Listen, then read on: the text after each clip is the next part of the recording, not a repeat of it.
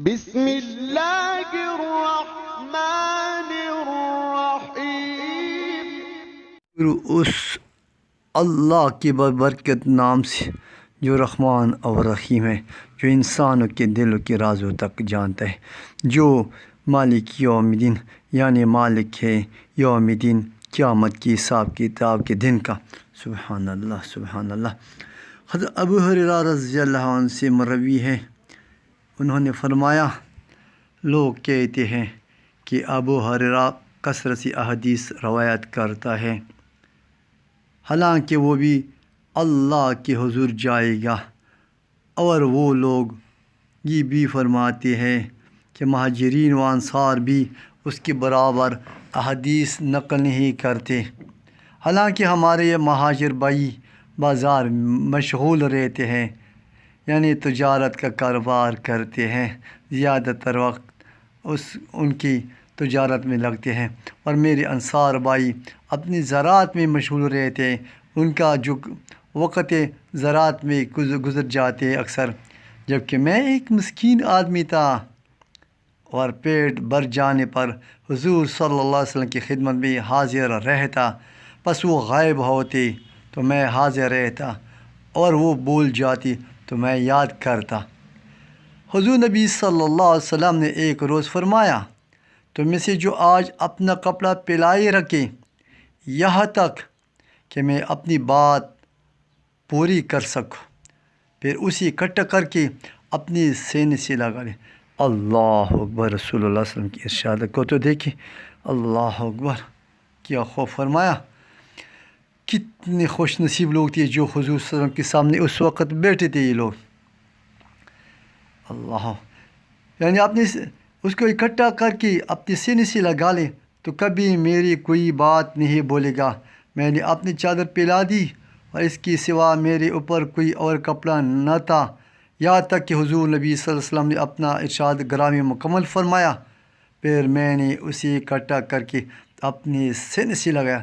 سبحان اللہ سبحان اللہ۔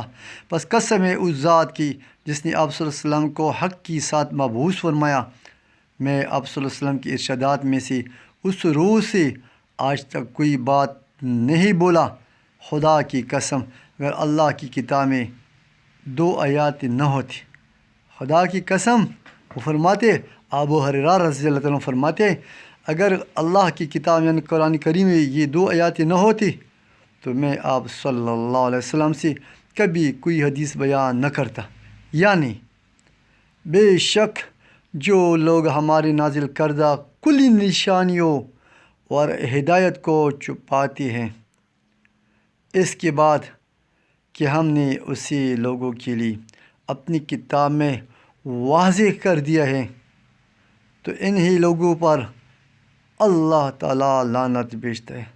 استغفر اللہ استغفر اللہ۔ یعنی جو حق کو چھپاتے ہیں، قرآن کی بات کو چھپاتے ہیں، تو اللہ ایسے لوگوں پر لعنت بھیجتا ہے۔ استغفر اللہ۔ یعنی انہیں اپنی رحمت سے دور کر دیتا ہے، اور لعنت بھیجنے والی بھی ان پر لعنت بھیجتے ہیں۔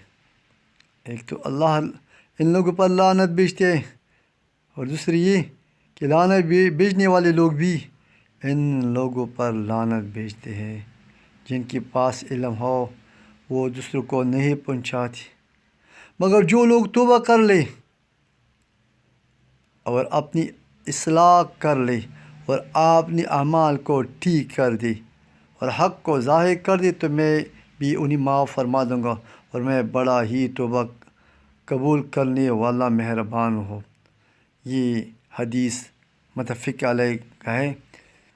تو اس حدیث سے ہمیں معلوم ہوتا ہے کہ اللہ رب العالمین نے انسان کو جو عقل دیا ہے، جس کے پاس جو علم ہو قرآن کے حوالے سے، حدیث کے حوالے سے، تو ہماری ذمہ داری بنتے ہیں کہ وہ اگر کسی کے پاس ایک آیات ہو یا کوئی ایک حدیث ہو جس نے اس سے سیکھا ہو، تو اس کو دوسرے کے ساتھ شیئر کرے، دوسرے کو بھی سمجھا دے، دوسرے کو بھی پہنچا دے، تاکہ وہ دوسرے لوگ بھی ہدایت پر آ جائے۔